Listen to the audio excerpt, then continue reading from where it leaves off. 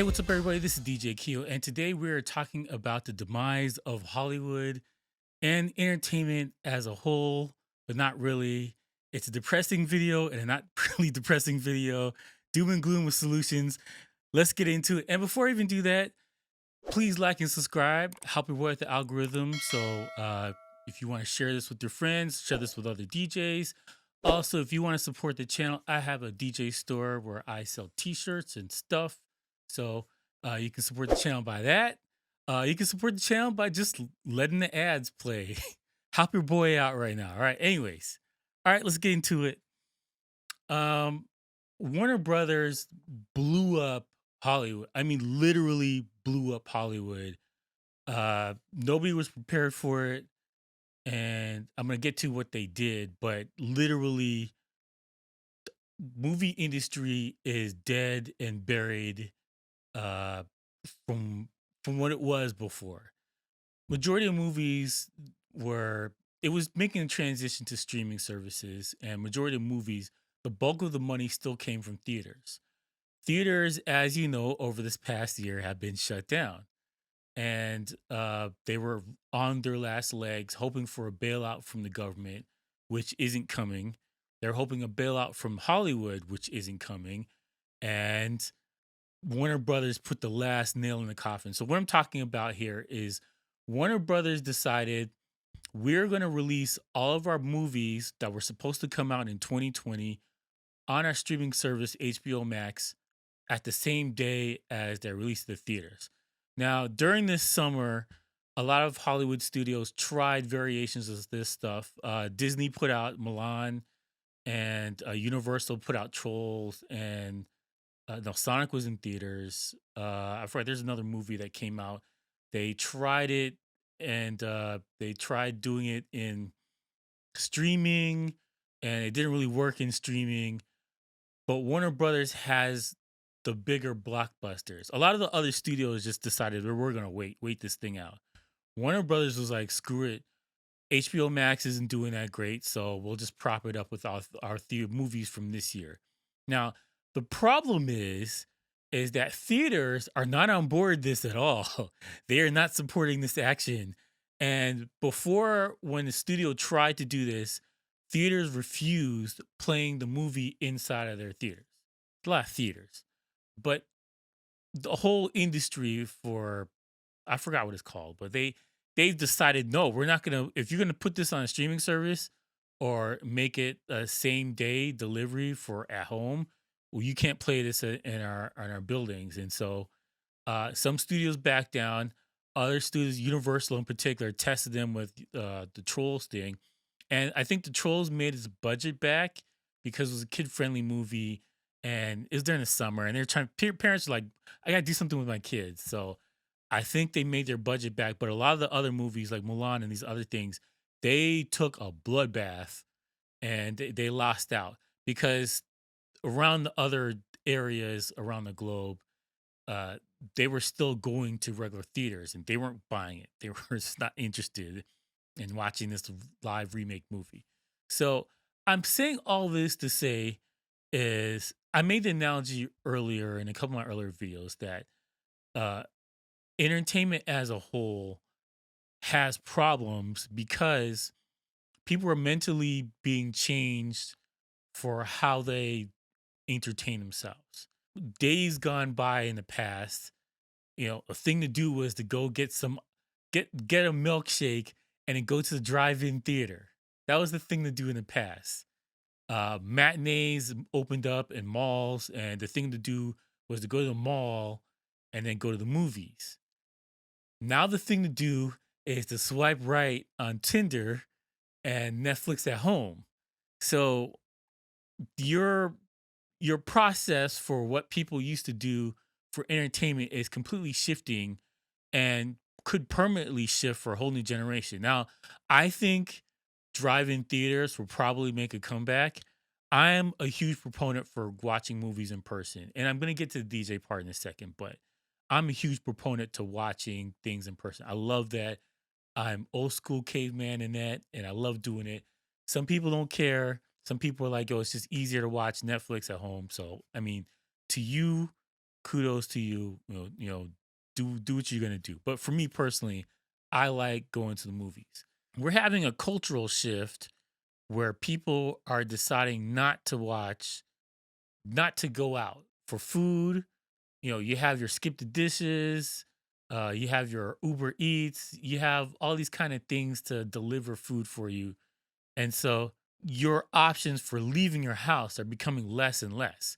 You have Amazon delivering your groceries or food, whatever. Uh, Whole Foods delivers food. You have your Netflix in your house. You have, you know, restaurants dropping off food. Like what I'm saying? Like we're getting into a cultural shift with a reason to stay home. There's been some pushback, and I'm gonna get to the DJ thing in a second. Like you just gotta bear with me. I'm gonna bring it on home. But there's been a shift in the entertainment industry from the higher up levels because I look at DJing as layers on a cake. We're at the crust level. There's the cherry on top, which is film and video games. Those are on the top. Those the meat and potatoes of your cake. To switch analogy, this is your thing up here. Then you got music, concerts, that kind of stuff, and then you got clubs, bars, DJs, restaurants. We're all down at the bottom here. So culturally, there's been a bit of a pushback because we have lockdowns and we have governors, mayors, wherever country you're in, or whatever city you're in, that are trying to force you back into your house. And so it's making this kind of a stand where people are picking sides. So there's two examples of this, and I'm going to use rap music because I think that's closer to me. A lot of people, for DJs that play dance music and all this stuff, you may not relate, but still understand it's the same premise. We had Tomorrow World. Uh, they decided they're going to do their concert, their DJ show virtually with the green screen and fake backgrounds and stuff. And then you have rapper Lupe Fiasco, and he said, "Hey, you can't come to my concert unless you get a shot. Right? Don't even come through the doors. You need to get a shot before that." Which I think is kind of unconstitutional, depending on your country.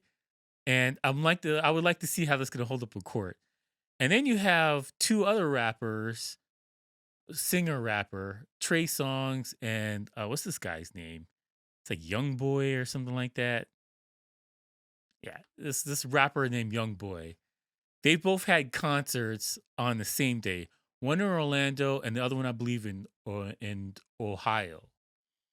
Trey Songz got fined for throwing a concert. I think it's like 500 people came out to see it, which is incredible when you think about what's going on right now. And the Young Boy concert was fine because it's in Florida. Florida don't care. So the situation here is that we've had this divergence with people saying, screw your medical scares, be damned. I'm throwing this in person. I don't care. And people are coming out for that. And then you have the other people that are like, hey, safety first, wear a mask, get a shot, and hope for the best. And you can come to my concert or watch my show at home. So we have these other two groups. Now, granted, these are not apples to apples. Some of these are higher level people. I think Trey Songz would be on the level of Lupe Fiasco, but Young Boy, like he's a smaller rapper. And there's no disrespect to him, but he's just a smaller rapper versus the Tomorrowland people who are superstars they're selling out stadiums. Like 30,000 people come to see him and play. Like it's a different beast. But the fact remains is that we've had a split down the line, and people are deciding to say stay home, and other people saying screw it, we're gonna go party anyway. Have fun with us. Be damned. Politics be damned. Health be damned. We're gonna party. And younger people are making this divergent shift right now. Culturally, I don't think there's any telling for how this is gonna play out long term. I've been preaching from my YouTube pulpit for the last year that there's come a time where we won't have a job anymore and something is going to replace us, or our audience is gonna be gone. Like my audience is corporate, and I don't foresee corporate and weddings, and I honestly don't foresee me doing any banks or any insurance companies calling me up to throw a party for the foreseeable future. Maybe till 2022, 23 is they'll be like, hey, it's safe to come outside. And that's just corporate stuff. Weddings may be a little bit different because there's a timetable and you got the bridezillas and you have this other stuff. Well, I think like I went to a wedding. I told the story before, but I went to a wedding and uh it was a good friend of mine, and she had a DJ there, but the DJ only played background music, like really quietly, so nobody got the urge to dance or drink or whatever. And it was miserable. It was absolutely miserable. I love my friend though, but like it was miserable. I felt so bad for her because she was waiting for the last 2 years to do this wedding, and she just said, "Screw it, we're gonna do it as is with our mask and our thing." And like I felt bad for her, but like she's not a bridezilla, but there's gonna be bridezillas of like YOLO. Get this beta male in here. We're doing this thing right now. YOLO. And so like, who's to say who's gonna do what and who's gonna be fine with what? I can't say personally how that's gonna go, but there is a definite split down the middle. And I can't say which side is winning and which side is going to have dominance over the future for entertainment for DJs as a business and clubs and bars and all this stuff. Because our DJ industry is not just playing some music for some people dancing in a crowd. We have corporate stuff, we have radio, we have TV, we have um, you know, concerts, we have clubs, we have bars, lounges. There's a few things like saying like it's expanding. You got weddings. It's a wide gambit of stuff, and each of the people they're taking this thing very differently. And I honestly blame if I had a boogeyman in all this, I would blame the government and CDC and these agencies that are responsible for this, and not because I don't believe what they're saying or I don't believe in the beer thing. I absolutely believe in the beer thing, and I was warning people for months about it. My issue is that these agencies have been guaranteed a job and they're not worried about going homeless or losing their money, losing their house, their pension, their insurance. They're not worried about these things. And so there's been no pushback from the agencies to be like, well, maybe we shouldn't do a shutdown. Maybe we shouldn't focus on these industries. Why are we allowing this industry but taking this one out? There was no consistency. And people are not dumb. They can see there's a video of this lady and she's a restaurant owner and she lives in California. California, Gavin Newsom made rules for restaurants and they had to shut down whatever. And then he turned around and made Hollywood an essential service. So Hollywood, which was filming a movie down the street, built the exact same thing that he said she can't do next door to her. And so people see that and it's like, oh, that's a slap in the face. Like, I can't take the government serious if they're going to look out for their donors or they're going to take care of their own people and then just squash the little man, the little guy, the small business. Because when you really, realistically, when you look at this, and I make fun of the Costco thing, but realistically, when you look at this, all of the businesses that were deemed essential service, and I'm going to get back to the entertainment thing in a second, but this all ties together. All the businesses that were deemed essential service were large corporations.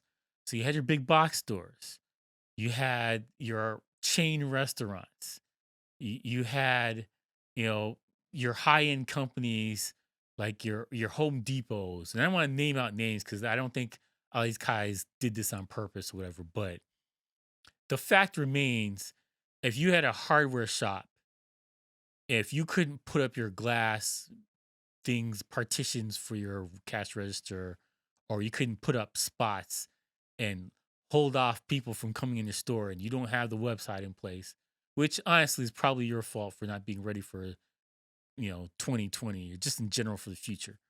Okay, fine. But big box store has the reserves in place to cover putting them in the partitions, to cover saying only we can have. I went to Home Depot because I was buying some lights and some other stuff, and Home Depot can say we only want 150 people to be in our store at any given time. The small box store can only have 10 people in the store at any given time. So when you do the math for how many people can be in your business during the day and stuff like that, the big box stores and the larger corporations have the advantage that the smaller stores cannot have. And the same thing applies to bars, clubs, restaurants. A larger restaurant like McDonald's can have people go through the drive-through, and partly it's because it's their business model of fast food. But also, McDonald's can have people go inside McDonald's and order food and wait for their food. Whereas smaller restaurants were only able to build this tent thing outside in the middle of the winter because we're in winter season. It snowed already up here. So small restaurant has to make a tent and they can do some delivery stuff, but they're not in a level of McDonald's. So McDonald's is still doing, I would say maybe 20% less business. And I'm pulling this out of my ass. Granted, but McDonald's is mostly fast food. Most people go through the drive through and not sit down inside McDonald's. The bulk of their business is in and out, in and out. So 20-30% they maybe lost. Whereas a restaurant who holds, maybe 100 people and you can't have only 10 people serving at any given time, whew, it's 90% down. You don't have the resources. You can't hold off longer. You didn't get a bailout. You didn't get your bucks, your Trump bucks or whatever bucks, your Trudeau bucks. You didn't get that. Uh, they told you, hey, you got shut down because you're in this hot spot. Whereas, McDonald's can say, hey, we can shut down this little area, these 5 restaurants. We're good. We still have 230 restaurants in the city. So we'll make up the difference between the other places. Like CDC and these other agencies never took these things into account when they decided you can do this and you can't do that. And so people are seeing this with their own eyes. And they're like, well, and I'm gonna get into numbers because I want this thing to get shut down. But like people are seeing that and they're saying, you know what? If I'm 18 and under, I'll take my shots. I'll tough it out with the cold for a little bit. I'll be all right. You know what I'm saying? Like people younger are like, you know what? I'll take my shot. And see, you have these kind of factions growing now between society. There's no consensus for what's going on. And I honestly think this is bad all around. I saying all this to say that we're at the crossroads for all of these industries, for Hollywood, for restaurants, for concerts, for clubs, for DJs, for weddings, all of that. We're at a crossroads right now. Good friends of mine that were supposed to get married this year, Octoberish, I think, postponed their wedding to 2022. And, they're like, well, we're going to see. I told them, get married just as a piece and then have a wedding in a hall somewhere down the road. Skip all that. Just skip all. You want to get married? You're already living together. Just do that. Let's knock it out. Anyways, my point is that most people have postponed all of this stuff and they're going to come to the crossroads of, well, we need to get this done. We're not going to get our deposit back. Screw it. And I think we're going to have a big instance of a lot of people throwing caution to the wind or a lot of people locking things down. And we're going to have a wedding with Zoom calls or, that's going to be the new thing. Shout out to DJ Marshall. I'm going to do an interview with him tomorrow and it'll probably be up on Friday. I haven't recorded a Zoom call before, so I don't know how that's going to turn out. But he's come up with a way for mobile DJs to have a setup in a park, and I think this is genius. And this is when I saw it on Instagram, and I was like, "Dude, I got to talk to you, man." So we had this long talk on yesterday, on well Monday for people watching this, and I was like, "Dude, we got to talk because we are here. We're looking at this thing of, oh, we need to adapt and evolve." And I think the DJs who are sitting on their hands waiting for it to get better, I think you're going to be in for a shock. I don't think you're going to come back to a business at all. I think you're better off going back to school or getting a job, lifting buckets or whatever you got to do. DJing is not for you if you do not evolve to the new factors in life. And I'm gonna make another video about DJs having to evolve, but I think I kind of covered what I wanted to say about this. And this is kind of a rambly video. I understand that. I totally understand that. Anyways, let me know what you guys think below. Is Hollywood dead? Is this gonna affect entertainment as a whole for you personally? Our DJs are in trouble? Are we gonna be okay next year with the shot or the cough? I don't know. Let me know. Anyways, thank you for watching. Please like and subscribe. Leave a comment below. And peace out, viewers.